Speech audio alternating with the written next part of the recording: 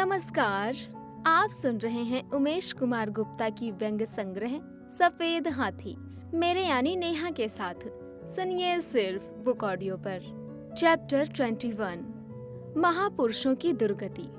1। हमारे देश में जितनी दुर्गति महापुरुषों की होती है, उतनी शायद दुनिया में किसी कोने में होती हो। पहले हम उन्हें महान, वीर, अमर घोषित करते हैं। इतिहास के पन्नों से उठाकर उन्हें बीच सड़क पर खड़ा करते हैं। फिर सड़क के बीचों बीच उनकी मूर्ति लगाकर सोचते हैं कि अब उनके कार्यों का उचित सम्मान हो गया। इसके बाद उन्हें भुला दिया जाता है, जैसे पन्ने पलटने के बाद कोई पुराना अखबार। 2। अधिकांश शहीद स्मारक अब आवारा जानवरों की चारागाह बन चुके हैं। गंदगी, कचरे और मलमूत्र से सने ये स्थल नशे के शौकीनों की एकांतशाला बन गए हैं, जहां गांधी, नेहरू और भगत सिंह के नाम पर बीड़ी, सिगरेट, भांग, गांजा और अफीम का सेवन होता है। साल में केवल 2 बार जयंती और पुण्यतिथि पर इन स्मृतियों की बीड़ से सनी प्रतिमाओं को धो धोकर माला पहना दी जाती है। श्रद्धांजलि के बाद फिर वही उपेक्षा। 3। हमारे चिंतन, व्यवहार और सृजन में जब महापुरुषों को उतार पाना मुश्किल हो जाता है, तब हम उन्हें जीवित रखना ही नहीं चाहते।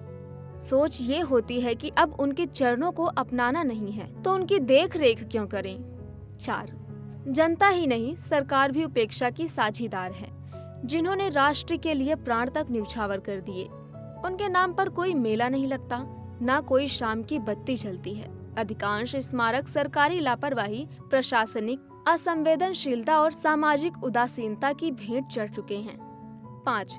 जयंती या पुण्यतिथि के दिन 2-4 लोग आकर स्मारकों की झाड़ पोंछ करते हैं, एक माला चढ़ाते हैं, 2 मिनट की चुप्पी साधते हैं और फिर उन्हें जुआरियों, नशेड़ियों के हवाले कर चले जाते हैं। कई जगह तो बिजली बिल न चुकाने के कारण स्मारकों में अंधेरा पसर जाता है।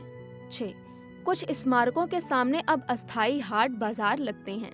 ग्रामीण परचून की दुकानें खोल लेते हैं। रिक्शा, ऑटो स्टैंड जम जाते हैं।